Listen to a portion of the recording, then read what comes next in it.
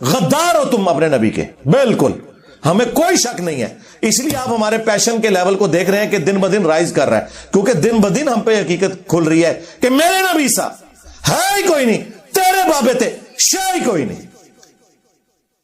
غداریاں کی ہیں تم لوگوں نے.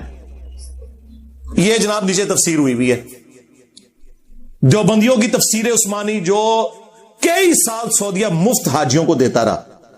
محمود الحسن دیوبندی کا ترجمہ تھا اور شبیر احمد عثمانی کی تفسیر تھی، جنہوں نے محمد علی جناح رحمہ اللہ کا جنازہ پڑھایا تھا. اور یہ تقی عثمانی کے ابا جی نے جو عثمانی لگایا نا اپنے اس بیٹے کے نام کے ساتھ، وہ شبیر احمد عثمانی صاحب کی نسبت سے لگایا تھا. ان کا حال میں آپ کو بتاتا ہوں، تقی عثمانی اور ان کے ابا جی مفتی شفیع صاحب تھے، شاہی کوئی نہیں. انہوں نے تفسیر عثمانی لکھی محمود الحسن دیوبندی کے ترجمے کے ساتھ حاشیے میں. کئی جگہ بلنڈرز ہیں. سورہ لقمان کی آیت نمبر 14 میں واضح آیا کہ جو بچے کا دودھ چھڑانے کی عمر ہے وہ 2 سال ہے.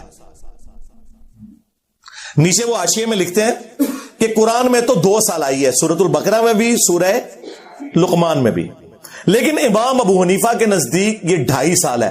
ہو سکتا ہے ان کے پاس بھی کوئی دلیل ہو. اللہ اکبر. اون تک تے کہنے سن ساڈی بغیر رفع الیدین والی حدیثاں گم گئیاں، آیتاں بھی تہاڈیاں گمیاں نے.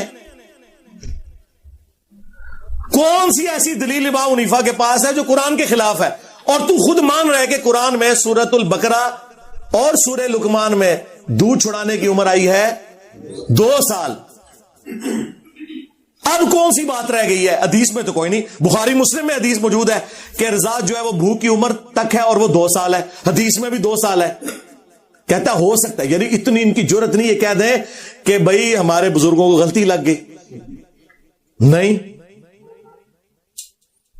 اور کہتا نہیں جی وہ سورۃ الاحقاف میں ایک آیت موجود ہے کہ وہ 30 مہینے ہے تو 30 مہینے 2.5 سال بنتے ہیں. واہ، تمہارے ابوں کو تو 1200 سال میں کوئی دلیل نہ ملی، آج کے چوزے آ کے یہ بات کر رہے ہیں.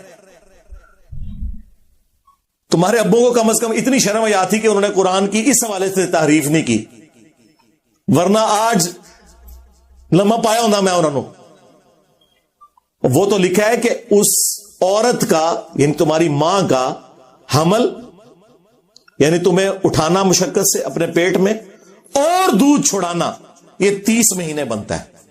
یعنی وہ 2 + 9 منتھ جو 33 بنتے ہیں، راؤنڈ آف کر کے وہ 30 بنتے ہیں.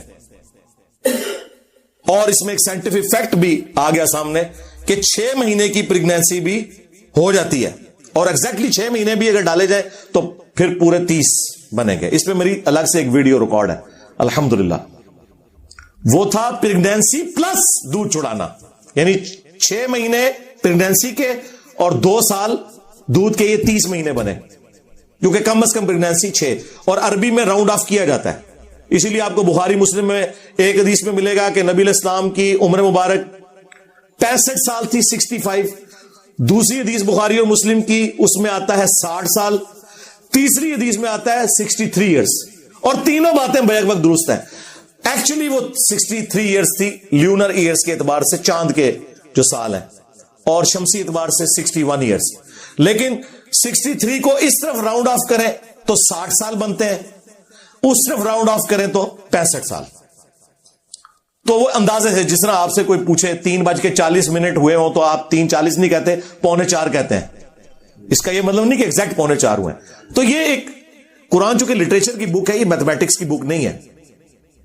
تو اسی لیے امام بخاری نے باقاعدہ پھر لکھا کہ اصل جو ہے وہ 63 ایئرز ہے. یہ جو صحابہ نے 65 اور 60 کا وہ راؤنڈ آف کرنے کی وجہ سے.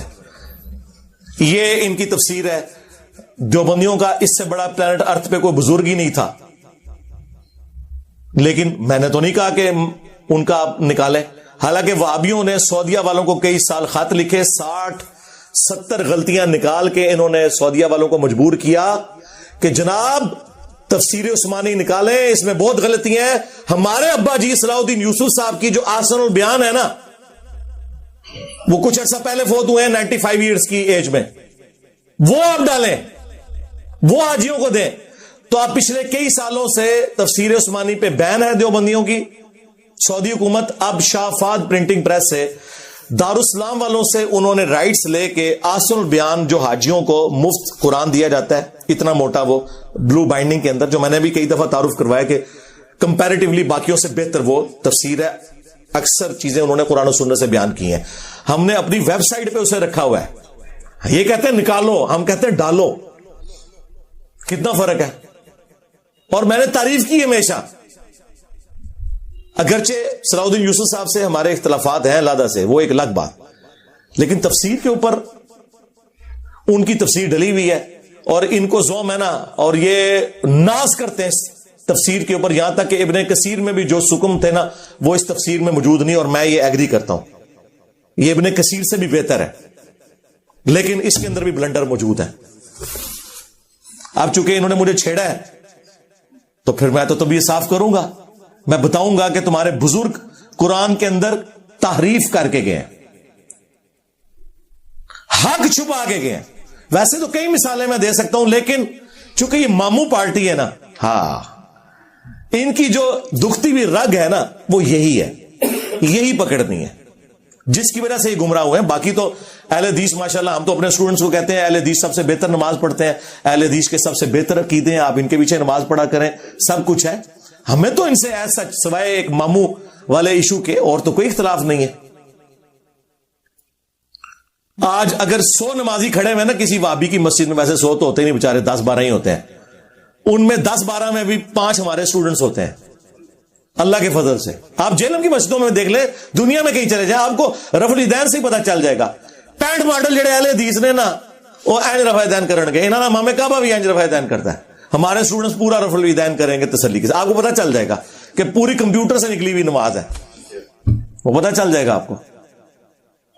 لیکن جو تفسیر کے اندر غلطیاں ہیں وہ تو ہیں۔ سورۃ البقرہ میں جہاں طالوت اور جالوت کی جنگ کا ذکر آیا تو وہاں پر اللہ تعالیٰ فرماتا ہے کہ اس وقت بنی اسرائیل نے ریکویسٹ کی وقت کے پیغمبر کو، جو ہمیں تورات سے پتا چلتا ہے سموئیل پیغمبر تھے، کہ آپ ہمارے لیے ایک بادشاہ مقرر کریں کہ ہم اس کی سرکردگی میں قتال اور جہاد کریں اور شام کی سرزمین کافروں سے واپس لیں۔ تو انہوں نے طالوت کو مقرر کیا بادشاہ، اور انہوں نے پھر جالوت کو شکست دی، اور پھر داؤد علیہ السلام منظر عام پہ آئے، کیونکہ انہوں نے قتل کیا تھا جالوت کو، اور طالوت علیہ السلام نے اپنی بیٹی کا نکاح حضرت داؤد کے ساتھ کیا، داؤد بھی پیغمبر بنے، پھر ان کے بیٹے حضرت سلیمان علیہ السلام بھی پیغمبر بنے۔ اب یہ قرآن میں یہ لکھا ہوا ہے، اور نیچے تفسیر میں اپنے ریال حلال کرنے کے لیے یہ پتہ کیا لکھ رہے ہیں کہ اس سے پتہ چلا کہ جو لوگ ملوکیت کے خلاف بولتے ہیں نا انہیں درس عبرت اس حوالے سے حاصل کرنا چاہیے کہ اللہ تعالیٰ تو ملوکیت کو، بادشاہت کو پروموٹ کر رہا ہے قرآن کے اندر۔ کڈی دی تفسیر نے وچوں یار، تمہارے جو ماموں تھے یا تمہارے بنو امیہ کے باقی بادشاہ ہیں، ان کو اللہ نے وحی کے ذریعے بنایا تھا، تو بنی اسرائیل کے بادشاہ تو وحی کے ذریعے بنے تھے۔ کتنا زمین و آسمان کا فرق ہے۔ اچھا، اور پھر نیچے لکھا کہ آپ سورۃ المائدہ میں چلے جائیں، وہاں میں نے تفصیل سے بات کی ہے، وہاں بھی یہی انہوں نے اپنے سو کالڈ جو پھول تھے نا وہ وہاں پہ منتشر کیے ہوئے تھے کہ جی وہ ملوکیت کے خلاف لوگ بولتے ہیں اور جمہوریت کی تعریف کرتے ہیں، جو ہے ملوکیت بہت بہتر ہے جمہوریت سے، اس لیے کہ ملوکیت میں آپ حق بات کریں تو آپ کو قتل کر دیتے ہیں، جمہوریت میں آپ پرائم منسٹر کے خلاف بھی بات کریں نا تو آپ کا رائٹ ہے، آپ آ کے کر سکتے ہیں۔ تو یہ تو نہیں چاہتے کہ کوئی خلاف بات کرے، اور تمہاری ہزاروں ملوکیت، ایک جو اسلامک ٹرو ڈیموکریسی جس میں حلال اور حرام کا فیصلہ قرآن و سنت کریں، وہ اس پہ بھاری ہے، کیونکہ فریڈم آف ایکسپریشن ہے۔ تم بھی تو کہتے ہو یہ حدیث جمہور محدثین کے نزدیک صحیح ہے، تو وہاں جمہوریت آ جاتی ہے نا، حلال کے دائرے میں، حرام کے، جو ویسٹرن ڈیموکریسی ہے وہ کفر ہے۔ تو یہ جگہ جگہ ملوکیت کی خدمت کر رہے ہوتے ہیں۔ تو انہوں نے لکھا جی اس سے تو بادشاہ ثابت ہوتی ہے اور اللہ کو بڑی محبوب ہے، اور مثالیں دے رہے ہیں بنی اسرائیل۔ اوے بنی اسرائیل کے بادشاہ تو اللہ تعالیٰ نے وحی کے ذریعے بنائے تھے، تمہارے جو بادشاہ جن کا تم دفاع کرتے ہو وہ تلوار کے زور کے اوپر، گن پوائنٹ کے اوپر مسلط ہوئے ہیں امت کے اوپر۔ کتنا فرق ہے۔ دوسرا، بخاری مسلم دونوں میں حدیث ہے کہ جو بنی اسرائیل کے سیاسی امور تھے وہ پیغمبر